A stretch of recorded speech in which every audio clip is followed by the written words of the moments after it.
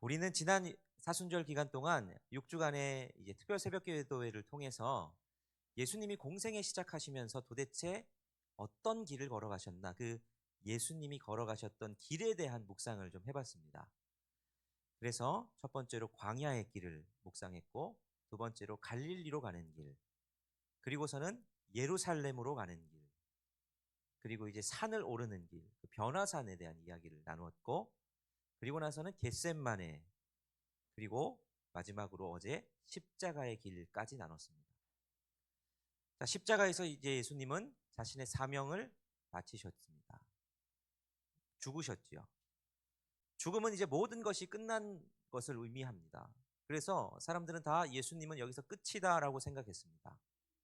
그런데 거기서 끝이 아니었지요. 예수님께서 죽으셔서 무덤에 장사됐지만 그 무덤에서 다시 부활하셔서 나오심으로 그 무덤은 빈 무덤이 됐습니다. 그래서 우리가 오늘 살펴볼 건 그 무덤에서 나오신 빈 무덤에서 나오시는 길의 의미에 대해서 한번 살펴보려고 합니다. 십자가에서까지 예수님의 모든 사명을 다 하신 줄 알았는데 다시 무덤에서 나오신 예수님. 그러면 그 무덤에서 나오신 이 부활의 사건이 우리에게 어떤 의미고, 우리는 도대체 그 부활의 사건을 따라 우리가 예수님 제자로서 예수님 따라간다고 하는데 우리는 도대체 어떤 마음으로 주님을 따라가야 될까 하는 것에 대한 의미를 오늘 본문 속에서 한번 나눠보려고 합니다. 자, 첫 번째로 빈 무덤에서 나오는 길의 의미는 새로운 질서가 시작됨을 알리는 길이다 하는 겁니다. 빈 무덤에서 나오는 길은 새로운 질서가 시작됨을 알리는 길입니다. 오늘 본문에 보면 예수님께서 무덤에 묻히셨습니다. 큰 돌로 막아져 있었죠. 여러분, 무덤은 뭘 상징하느냐? 낡은 질서를 상징합니다. 그리고 빈 무덤은 뭐냐? 새로운 질서를 상징합니다. 자, 그게 어떤 의미일까? 오늘 이 예수님의 부활 사건이 일어난 배경에 대해서 1절 말씀은 이렇게 고백을 합니다. 우리 1절 같이 한 목소리로 읽겠습니다. 시작.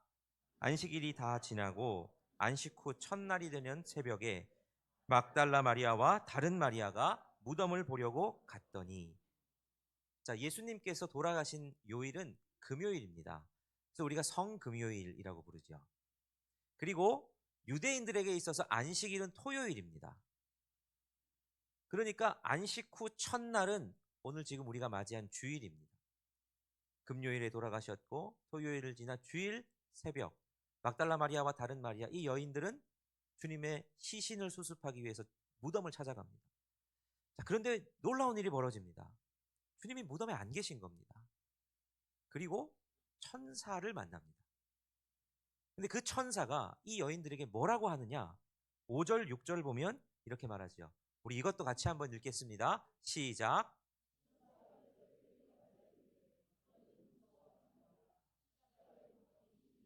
너희가 찾는 줄을 내가 아노라.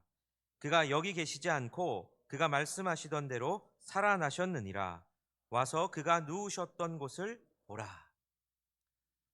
자, 천사가 예수님께서 여기 죽지 않고 살아나셨다라고 하면서 누운 곳을 보라 하면서 빈 무덤을 보여줍니다.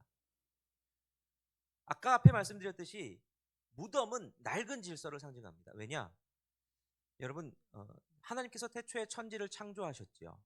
천지 창조하실 때 해도 만드시고 달도 만드시고 다 만드셨지만 중요한 건 그 모든 것들이 운영되는 질서를 하나님이 만드셨다는 겁니다.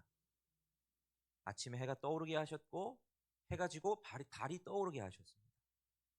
1년 365일 계절과 그리고 동물들이 살아가는 여러 법칙과 우리가 삶의 모든 질서들을 하나님이 다 만드시고 이 세상이 운영되게 하셨습니다. 자, 그런데 그 질서가 파괴되는 사건이 있습니다. 그게 바로 인간이 죄를 지은 겁니다. 죄를 지음으로 말미암아 인간도 타락했지만 피조물도 타락했습니다. 하나님의 질서가 무너졌습니다. 그래서 자연이 인간을 대적해서 인간을 공격하기도 하고 인간이 자연을 공격하고 사람과 사람들이 대결하고 인간 사이의 여러 질서들이 무질서해졌습니다. 자, 그 대표적인 게 뭐냐? 그게 바로 죽음입니다. 하나님이 너 이 선악과 먹으면 반드시 죽을 거야 하셨지. 그러니까 죄의 결과가 죽음입니다. 그리고 죽음의 질서가 다스리는 세상이 됐습니다. 사람들 전부 다 뭐 때문에 열심히 살아갑니까? 죽지 않으려고. 조금 더 늦게 죽으려고. 어떻게든 그 죽음 피해 보려고. 혹시나 죽으면 어떡하나 하는 두려움에 이끌려서 살아가는 게 세상의 질서입니다. 그걸 거스르려고 좋은 거 먹고 마시고 운동하고 많이 하죠. 그런데 여러분, 그 무덤, 그건 옛 질서, 낡은 질서, 타락한 질서를 상징하는데 예수님이 하신 건 뭡니까? 그 무덤에서 나오셨습니다. 그 무덤에서 나오셨다는 건 뭘 상징하는 겁니까? 그 무덤에서 나오심으로 말미암아 새로운 질서가 이제 시작됐다는 걸 상징하는 겁니다. 여러분, 그래서 주님의 부활은 역사적인 사건이자 전 우주적인 사건이고 이건 새로운 창조와도 맞먹는 사건입니다. 이제 예수님으로 말미암아 전에 전혀 없었던 완벽한 새로운 질서가 시작이 됐습니다. 우리가 궁금증이 있죠. 예수님도 부활하셨지만 성경에 보면 부활한 다른 사람들도 있지 않습니까? 마태복음 본문에도 그렇지만 예수님이 십자가에 돌아가실 때 죽은 자들이 많이 일어났다고 기록하거든요. 그들이 들어가서 성전에서 사람들에게 보였다라고 기록합니다. 또 대표적으로 죽었다가 살아난 사람 우리가 잘 아는 나사로. 나사로도 죽었다가 살아났지 않습니까? 자, 그런데 왜 예수님을 부활의 첫 열매라 그러는 거고 왜 예수님만 부활했다고 그렇게 우리가 호들갑을 떠느냐? 여러분, 예수님의 부활과 나사로의 부활은 질적으로 다릅니다. 여러분, 나사로는 무덤을 2개 가진 사람입니다. 나사로의 무덤이 어디 있을까요?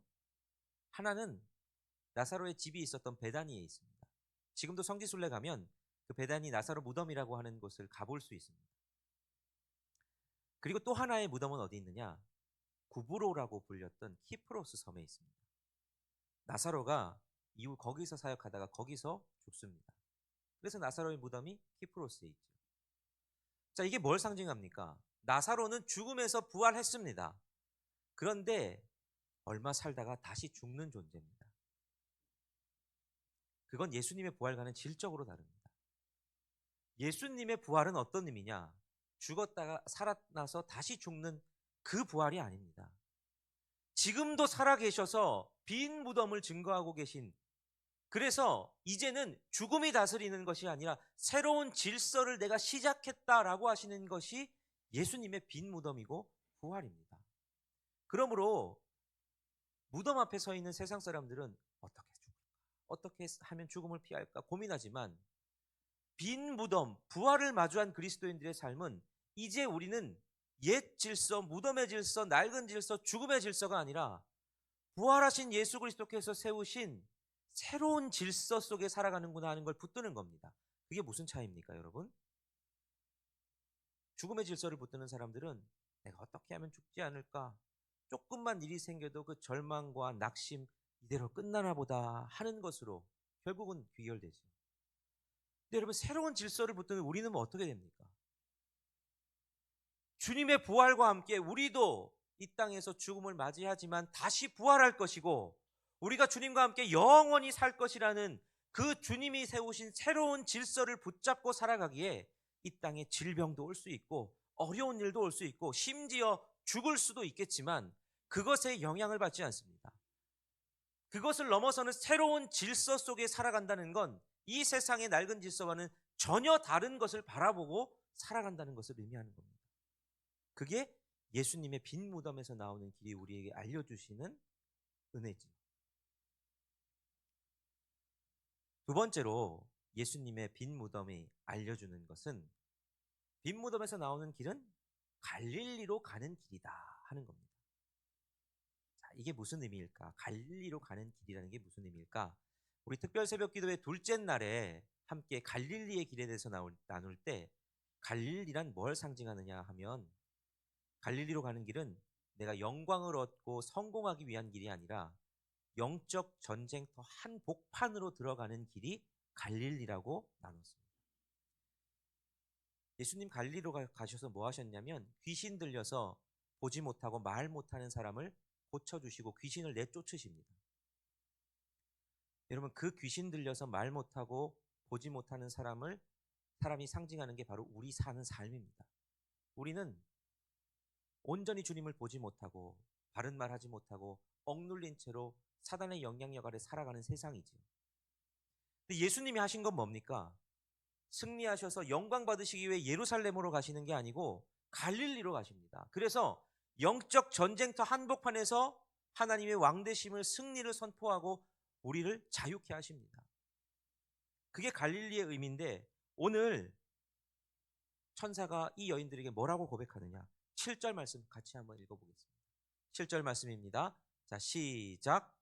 또 빨리 가서 그의 제자들에게 이르되 그가 죽은 자 가운데서 살아나셨고 너희보다 먼저 갈릴리로 가시나니 거기서 너희가 배우리라 하라.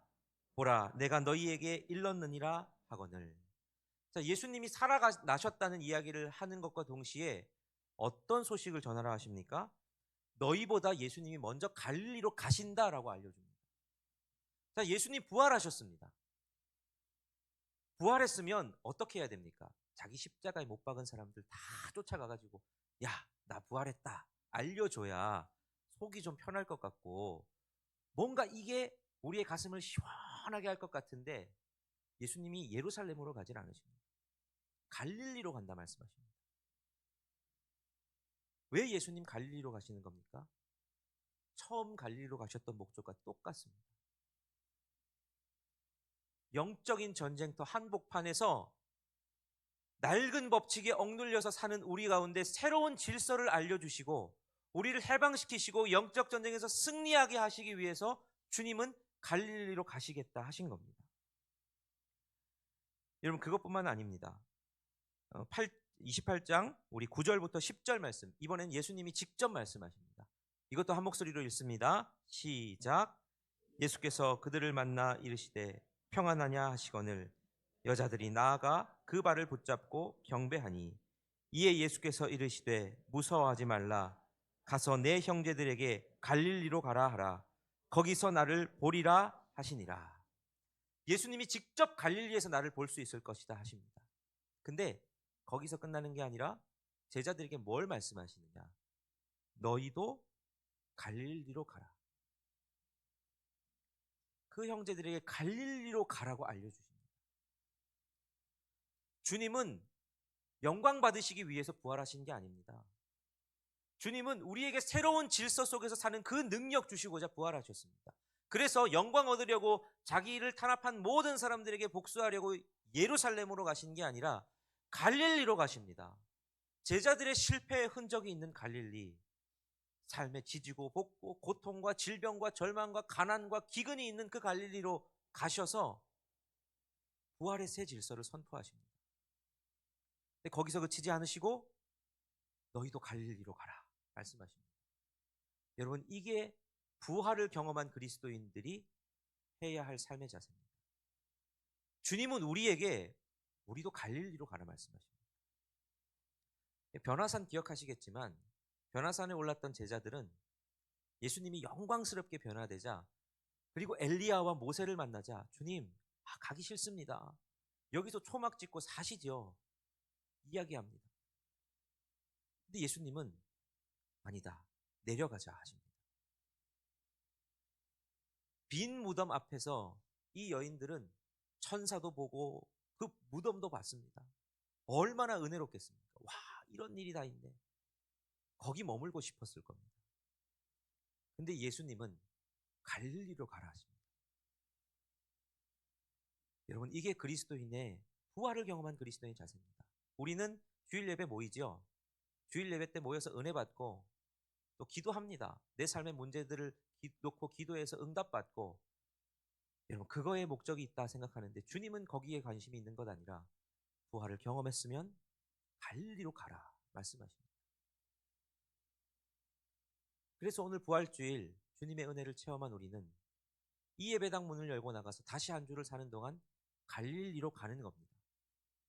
그래서 거기서 부활하신 주님을 만나서 주님과 함께 그 갈릴리 속에서 새 질서를 선포하고 하나님 나라를 선포하고 부활하신 예수 그리스도를 증거하고 억눌린 자를 자유케 하고 그 은혜를 전파하는 것이 바로 우리 그리스도인들의 삶의 자세라 오늘 주님이 우리에게 말씀하고 계십니다. 자, 부활주의를 보내고 이제 다시 한 주를 살아가실 여러분, 갈릴리로 가시면 좋겠습니다. 갈릴리로 가셔서 주님을 만나시고 이곳에서 충분히 주님을 누리셨으면 세상에 나가서 그 주님, 그 부활의 은혜를 나누시는 저와 여러분 되시기를 간절히 바랍니다.